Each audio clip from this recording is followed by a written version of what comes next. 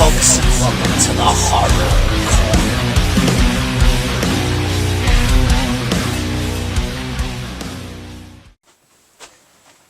Have you considered my offer? Yeah, go back to hell. Yours or mine? Some might say we're in it together. Good evening, folks, and welcome to the Horror Corner. I'm your host, Sean Patrick Erschen. This week we're doing another movie review. This is Phantasm Ravager, or Phantasm V, whatever you want to call it. The film is directed by David Hartman this time around. Yes, not by Don Coscarelli. It's the only film in the series not to be directed by the creator, Don Coscarelli. But it is co-written by him, and it is produced by him as well. So he definitely had very much a hand in the making of this film, for sure. Yeah. So the film came out in 2016. And, of course, it features Reggie Bannister returning as Reggie, of course. And A. Michael Baldwin as Mike. Bill Thornberry as Jody. And also Kat Lester returning from the original Phantasm way back in 1979. And, of course, you got Angus Scrimm in his final performance as the Tall Man. And this is the final film in the franchise. The fond farewell, if you will. And when this film came out, it kind of left fans a little disappointed. A lot of people felt like it was, very kind of cheaply made, very low budget. And it definitely is low budget for sure. But then again, so were the last couple, 3 and 4 felt very low budget as well. So I think it's very much in line with those films. I do think it is the weakest of the series. It does feel almost like a Sci-Fi Channel original movie at times with the cheap, cheesy CGI effects. But on the other hand, it is on a grander scale than the other films. Even though it's got such a low budget, it's still this grand vision, And I do feel it is the culmination of what all the films were leading up to. And I do feel like it's a pretty satisfying conclusion for myself, my opinion, I rather enjoyed it, Reggie is still Reggie doing his thing. One of the most fun characters in horror. And he's no different here. And I do enjoy the story, albeit it might be a little bit convoluted and confusing to people. I can see that. So the film begins with, right where the fourth film, Oblivion, left off, and Reggie's basically wandering through the desert, still in the old ice cream man uniform, with his quadruple barrel shotgun ready to go, and ready to take on the Tall Man once again. And then he finds out somehow that he was dreaming, and he wakes up and he's in a nursing home. Yeah. So Reggie's apparently been committed to a nursing home where Mike comes to visit him, and and he's like, "What are you doing? Where am I? I'm supposed to be out there taking out the Tall Man, And Michael just thinks he's nuts, I think he's off his rocker. But he is enthralled by Reggie's stories. So this version of Michael doesn't remember any of the events of the original films, or we don't know if this is an alternate reality or what, or this is actually the present day, presently happening. That's where I could see where fans might get confused, because you never really know at any point in this film what's happening and what's real and what's not, It kind of jumps around in different dimensions, but that is part of the lore of the Phantasm series, because you have these time dimension skipping portals that have always been part of the franchise, that's part of the Tall Man's thing, But at any rate, while he's committed to the nursing home, he finds that he's been diagnosed with dementia. Yeah. And while he's in the hospital bed, sitting next to him is a man by the name of Jebediah Morningside, who happens to be the tall man. That's kind of his alter ego.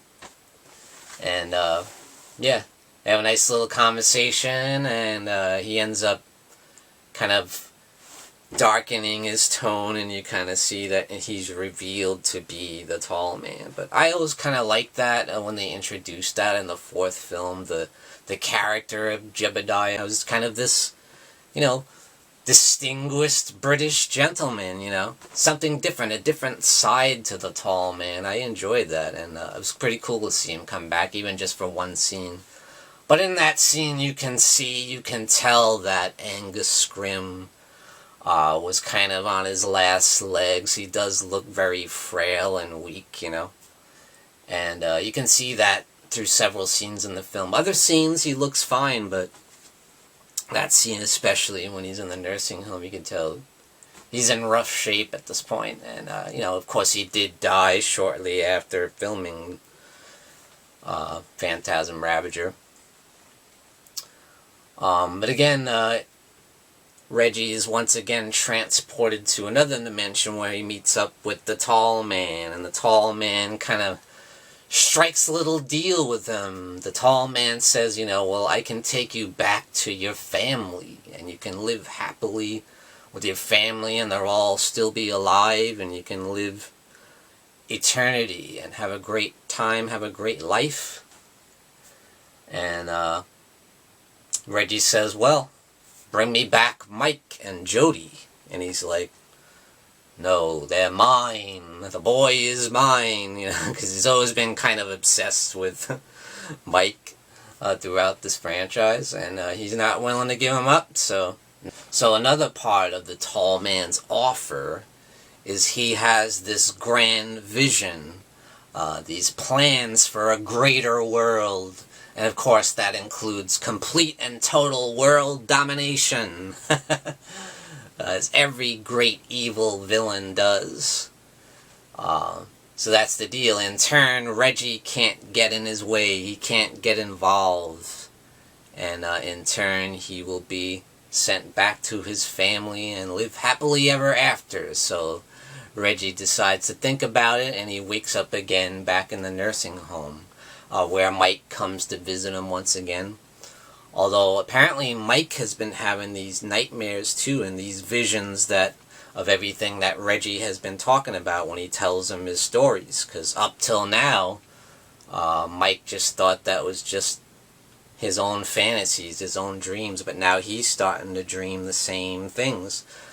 Dreaming that he's taking on the tall man and everything that happened in the first few movies, He also sees a grim, dark future where the tall man has conquered the world. He has completed his vision. He has completed his plans to take over the world. And it's like this crazy, alien invasion going on, where the spheres are now these gigantic spaceships, taking over the world, blasting everybody, and the people are being turned into zombies, the dwarfs are killing everybody, the little Jawa things. So this film has everything you can want in a Phantasm movie. It's got the Jawa monsters, it's got the zombies. Although this time the zombies are wearing gas masks, so that makes for a pretty cheap effect. Avoid having to make these, elaborate zombie makeup stuff. So save a few bucks there. But yeah, you got Reggie, you got him with the quadruple shotgun thing, you got Mike, you got Jody coming back, And like I said, Kat Lester returns as the lady in lavender, who is kind of, who is basically the tall man in another form, because the tall man is a shapeshifter as well. And she returns, and they have this one scene, so they take you back to the mausoleum as well, which is such a classic part of Phantasm, obviously. how iconic is it when you see those spheres going through the mausoleum halls, you know. So they do have a nice little scene where the lady in lavender comes back, and, you know, she looks beautiful, and she kind of seduces Reggie, you know. And he almost falls for it, and of course she shows her true side, and she turns into like a demon, you know, tries to kill him, you know. But he makes quick work of her, though.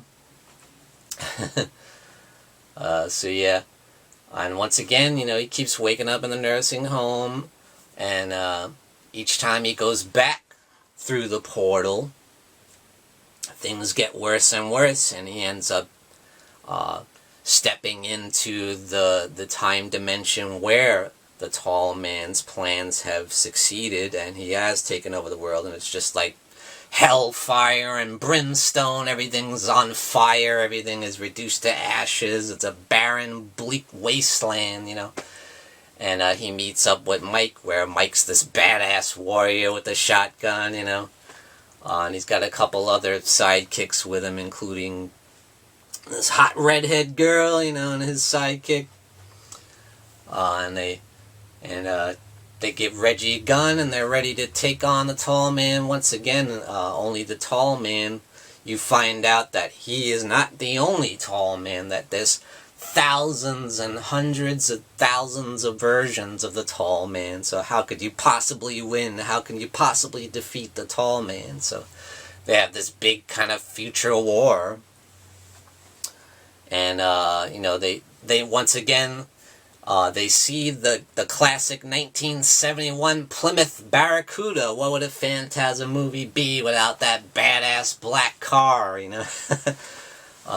And there is a scene in the beginning which is hilarious when, and he finds it's the car, it's his car. This random dude stole his car, and, you know, he picks him up, and he's like, and he reaches into the glove box and gets the badass silver gun and says, "Get the F out of my car."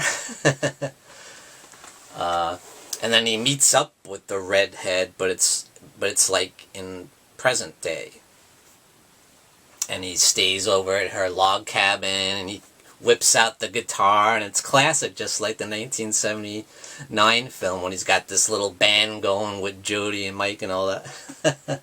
They're a trio. And he says, "I'm going to make a song about you," and he makes a song about her. It's hilarious. It's just classic Reggie in every way. I love it. But then again, jumping back to the future dimension where everything's a wasteland, you know, Reggie meets up with Jody once again, and Jody's got the Plymouth Barracuda all souped up with these machine guns on the side. The thing's all hyped up. It's like a battle tank now. It's pretty awesome. No matter what you do, that car is awesome. It's one of the coolest cars I've ever seen. But it turns out, you know, is everything real, or is it all just a fantasy? Because once again, he's taken back to the nursing home where he apparently passes away, and Jody and Mike are there by his side at the bedside, and he slowly kind of drifts away and passes away. And you can't tell me, Phantasm fans, that you did not shed a tear in that scene. Because they show a lot of flashbacks back to the first movie and all the other films, and you're like, oh man, it's powerful. But then, once again, they jump back to the future, so I can understand, once again, how some fans might be disappointed by this film, because it jumps around from different dimensions. But again, I think that's all part of the Phantasm lore, you know? So it doesn't bother me. I enjoy the film, and it is on a grander scale than the others, even though it's on a cheaper budget, so it looks cheaper, but there's a lot going on in this film, and I think it's pretty fun. I think it's pretty entertaining, and I think it is a fitting final act, you know, for the franchise. So that's just my opinion. I rather enjoy it. I do think it is the weakest in the series, but I think it is a fitting end, you know, because, you know, at this point, everyone's getting older. You know, Angus Scrimm passed away. You know, Reggie's getting a lot older. Michael's getting a lot older. Everybody's getting older. So it was time. It was time to end it. And I think they did a good job with it. So hats off to Don Coscarelli and to David Hartman, who I think did a solid job directing it, because he does include all the things that all the previous films were leading up to. And that's one thing I always loved about the Phantasm series. It's got great continuity. And you don't see that in a lot of franchises, like Halloween and Texas Chainsaw Massacre, where the timelines are just all over the place. This film is very straightforward, and each film continues from the last one. And they always acknowledge all the previous films. So that's what I love about Phantasm. It's got great continuity, and this film is no different. So I highly recommend you check out Phantasm. If you haven't seen it, or if you have seen it and you're disappointed about it, give it another chance, you know. It's not that bad. It's actually a pretty solid ending to the series. So definitely check out Phantasm Ravager. I give it 2 devil horns up. And thank you for joining me, Sean Patrick Erschen, in the Horror Corner. Tune in and stay scared.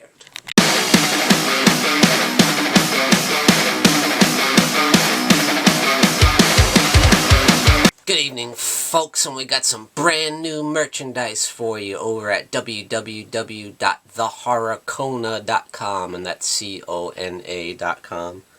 Representing the Horror Corner. Great new design. We got the Morbid Hour live stream there, you got the Horror Hangout live stream there, and you got my nemesis, the Dark Fate. So grab your t-shirt over at www.thehorrorcona.com. And we also got this beautiful new mug. Look at that. Very, very cool. Thought that came out really nice. So grab your merchandise today over at www.thehorrorcona.com.